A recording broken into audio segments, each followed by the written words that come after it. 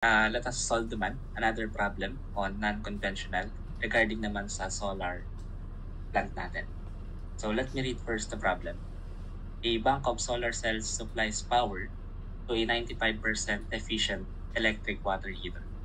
The area of the solar cell bank is 500 square feet.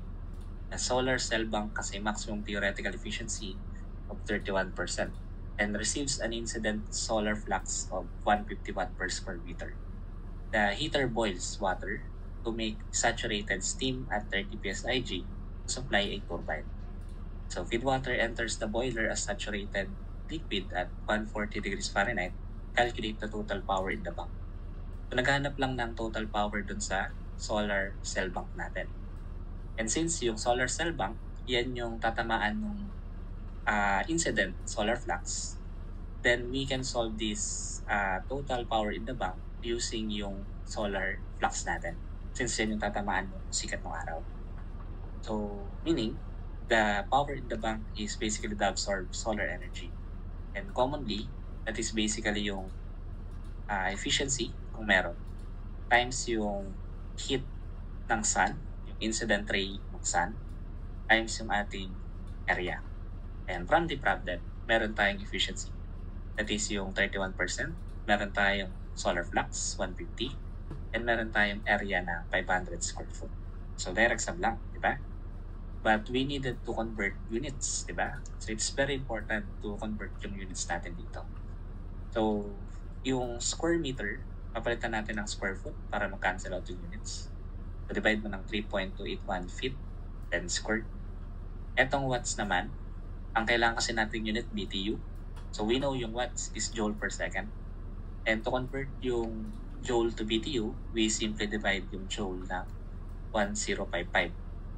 And since per hour yung kailangan, yung joule natin ay yung watts natin is per second. So we needed to multiply pa another 3,600 for our unit conversion. Okay, so lagay lang natin yung mga values sa calculator. Then we will now solve yung value ng power.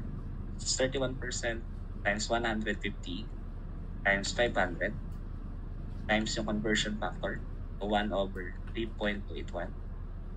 Then squared lang natin to. So hindi ko na ilalagay yung conversion pa ng 1 joule per second tsaka watts. So yung BTU na lang. Saka yung seconds na 3,600. So 3,600 over yung 1,055. So press equals, makukuha natin yung value na 7369. So therefore, yan na yung BTU per hour. That is basically 7369.88 BTU per hour, yung letter A natin. So pag check nyo yung units, cancel out yung watts, cancel out yung joule, cancel out yung seconds, then meron tayong mga cancel out na square foot, tsaka square meter. So ang matitirang unit is basically BTU per hour. So tama lang yung sinolve natin.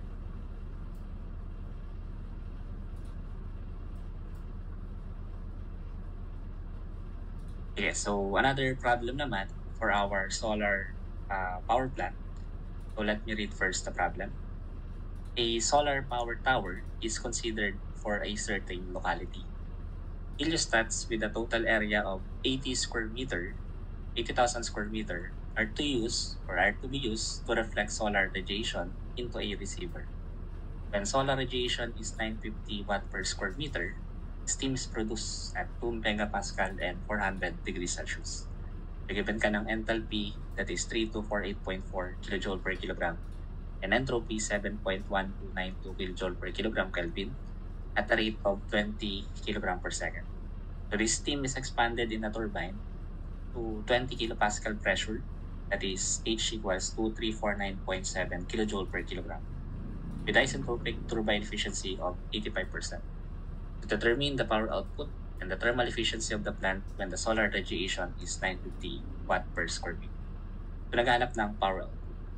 How are we going to solve yung power output natin? So ano ba yung kailangan natin maproduce? So yung mapoproduce natin should be yung power from the turbine. So since meron tayo ditong steam na in-expand sa turbine, so ang nangyari kasi dito, yung solar, ginagamit natin naman siyang pampainit ng tubig. Then yung tubig, yun naman yung papaikutin natin para makapag-produce ng steam para mag-expand sa turbine and to produce power. So yun yung power output natin. So since given naman tayo ng steam and enthalpies, hindi na natin kailangan panghanapin yan sa steam table. So yung power output natin from the turbine is the mass flow rate of steam times yung change of enthalpy ng steam tsaka ng exhaust, so minus exhaust, times efficiency ng turbine kung meron. So from the problem, so meron ba tayong mass ng steam? So mass ng steam is given, that is 20 kg per second. So sabi kasi steam is produced at a rate of 20 kg per second. So meron to. Then yung dalawang enthalpy is also given. Basically, ito yung ating enthalpy ng steam. And so enthalpy ng steam given yan, ito yun.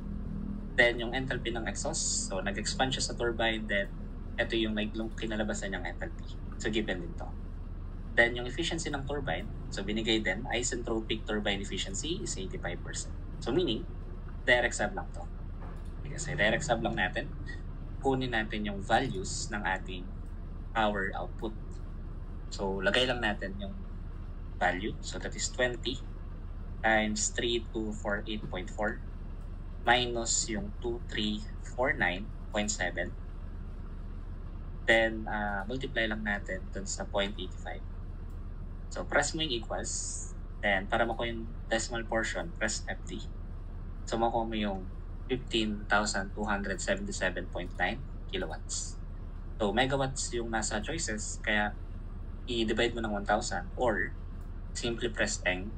Tapos, kung times 10 raised to 3 yan, from kilowatts, that basically means megawatts.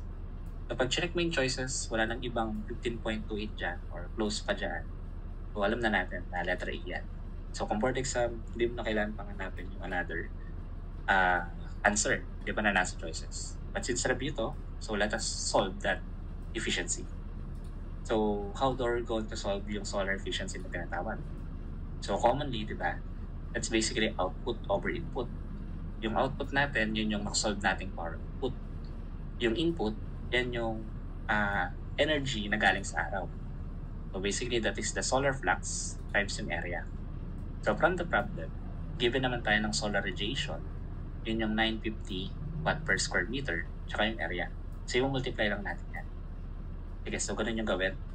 So yung output, yun nakuha ang 15,277.9 kilowatts divided by yung ang sun, that is 950 times 80,000